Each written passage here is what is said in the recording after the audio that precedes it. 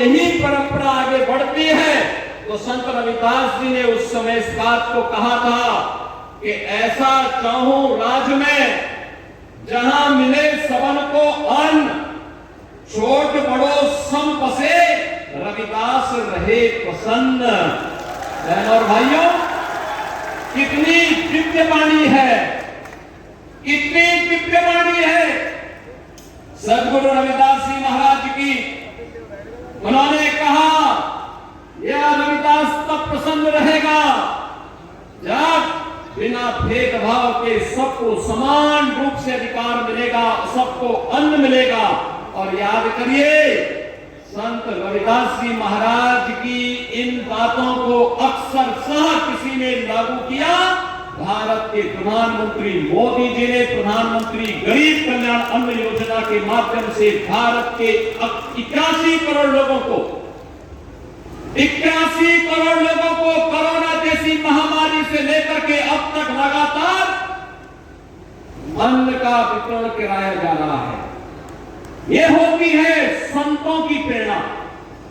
यह मेरा सौभाग्य है सदगुरु रविदास जी महाराज की पावन जन्मभूमि चीर गोवर्धन काशी में, वहां पर प्रधानमंत्री मोदी जी की प्रेरणा से हम लोगों ने पहले वहां पर 14 के पहले, मोदी जी के आने के पहले वहां जाने का रास्ता बहुत संकरा था, सिंगल लेन का सड़क था।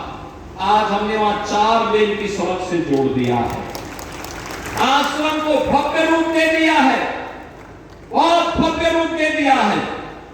और आश्रम को भव्य रूप देने के साथ साथ सदगुरु रविदास जी महाराज की भव्य प्रतिमा स्थापना के साथ साथ अन्न क्षेत्र का निर्माण और रविदास जी महाराज के नाम पर सैकड़ों बीघा लैंड जमीन को खरीद करके वहां पर सदगुरु रविदास जी महाराज का उनके नाम का पार्क और उनकी भव्य प्रतिमा की स्थापना का काम भी वहां पर आज मोदी जी की प्रेरणा से संपन्न हो चुका है। बहनों भाइयों, इन दिव्य संतों ने समाज को एक राह दिखाई और वह राह एकता की राह है।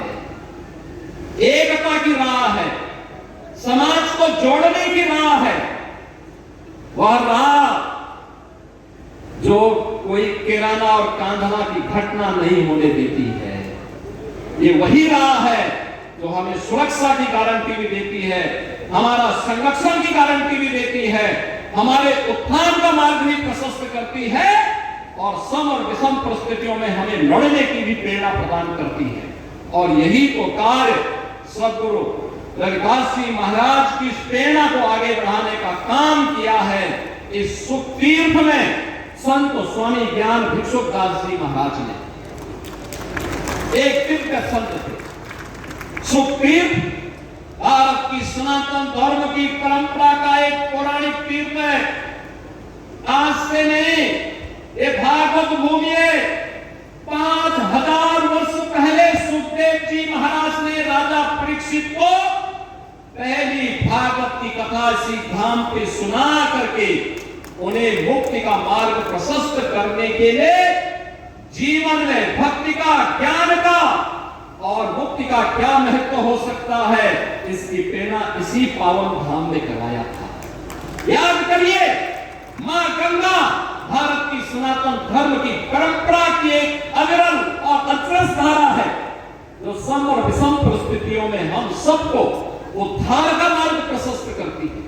हम कैसे मां गंगा को भूल सकते हैं, हम कैसे सुख तीर्थ को भूल सकते हैं।